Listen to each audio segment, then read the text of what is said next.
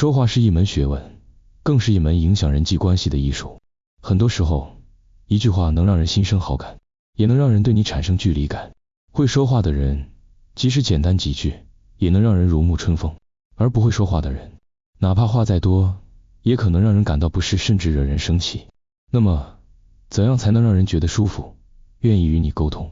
其实，关键就在于换个方式表达，调整语气，站在对方的角度思考问题。这样无论对方是谁，都能让谈话变得自然顺畅，让人喜欢和你交流。与不同的人沟通时，方法很重要。男人讲究逻辑，当你跟男人说话时，应该重点强调条理和数据，而不是一味强调感情。因为男人的思维更偏向分析与解决问题。比如当你希望他帮忙做家务时，与其说你怎么这么懒，都不帮忙，不如说如果你帮我洗碗，15分钟后我们就能一起休息。这样的表达方式既合理，又让对方更容易接受。而女人则更在意感受，当女人诉说自己的烦恼时，很多男人的第一反应是给出解决方案，但这往往并非他们真正需要的。与其说这个问题很简单，你应该这样做，不如先认同他的感受。比如说，这件事确实让人烦心，换作是我也会觉得不舒服。这样的回应能让对方感受到你的关心，而不是觉得你在叫他做事。孩子需要鼓励，而不是说教。当孩子做错事时，很多家长的第一反应是责备，例如你怎么又没考好，每次都这样。这样的话语不仅让孩子感受到压力，甚至会让他产生自我怀疑。相反，如果说这次成绩虽然不理想，但你的努力我看到了，下次我们一起看看错在哪里，好吗？这样的话语能让孩子更愿意接受建议，也不会让他产生抗拒心理。与老人沟通时，最重要的是尊重，而不是争论对错。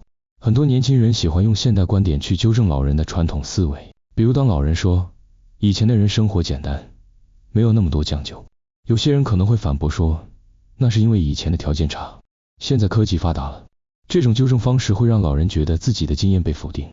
与其这样，不如顺住说，是啊，现在的生活变化确实很大，不过有些旧习惯也挺好的。这样的回应能让老人感受到被尊重，而不是被挑战。与穷人谈话时，不要一味讲情怀，而应该多谈现实利益。因为对于生活压力大的人来说，空谈理想并不能解决当下的困难。比如当你想建议对方学习一门技能时，与其说这能改变你的命运，不如说学会这个技能后，你的收入可能会比现在多1倍。这样的说法更容易让对方接受。与富人沟通时，则不要只盯着对方的财富，而应该赞美对方的品味与眼光。因为真正成功的人更在意的是自己的判断力和影响力，而不只是金钱。比如当你见到一位富有的人时，与其说你真有钱，不如说你的事业做得很成功，我很欣赏你的远见。这样的话语能让对方更愿意与你深入交流，而不是觉得你在讨好他。与社会底层人士交流时，语气要客气，少用命令式的语言，因为过于强势的语气会让对方感到被轻视。比如在餐厅点餐时，与其说给我来杯水，不如说请帮我倒杯水，谢谢。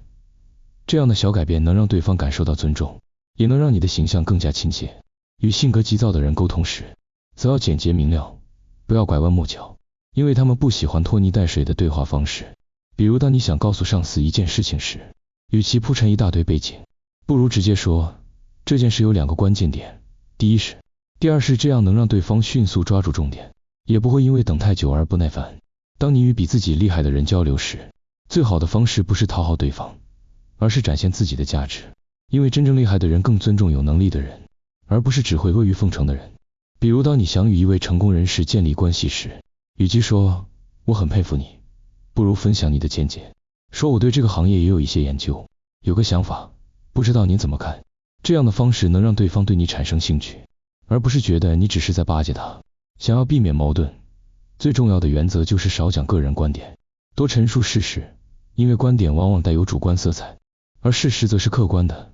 比如当你觉得天气冷，而朋友却觉得不冷时，与其说今天真的好冷，不如说现在是10度，我穿的比较少，所以觉得有点冷。这样的表达方式能让对方理解你的感受，而不是与你争论温度的问题。当你的伴侣深夜回家，而你感到不满时，与其说你每次都这么晚回来，根本不顾家，不如说现在已经12点了，我在家有点害怕，我知道你是工作应酬，但下次能不能11点前回来？这样我就不会那么担心了。这样的表达方式能让对方感受到你的担忧，而不是觉得你在无理取闹。学会换个方式说话，能让你的话更具亲和力。比如少用但是，多用同时。当你想称赞对方的穿搭时，与其说你的衣服很好看，但是妆容有点问题，不如说你的衣服很好看，同时如果妆容再精致一些就更完美了。这样的说法能让对方更容易接受你的建议。当有人问你今晚吃什么，与其说随便，不如说你决定吧，我都喜欢。这样能让对方感受到你的尊重，而不是觉得你在敷衍。真正会说话的人，不是辞藻华丽，而是让人感到舒服，愿意与之交流。一句话能成事，一句话也能坏事。学会说话，就是学会做人。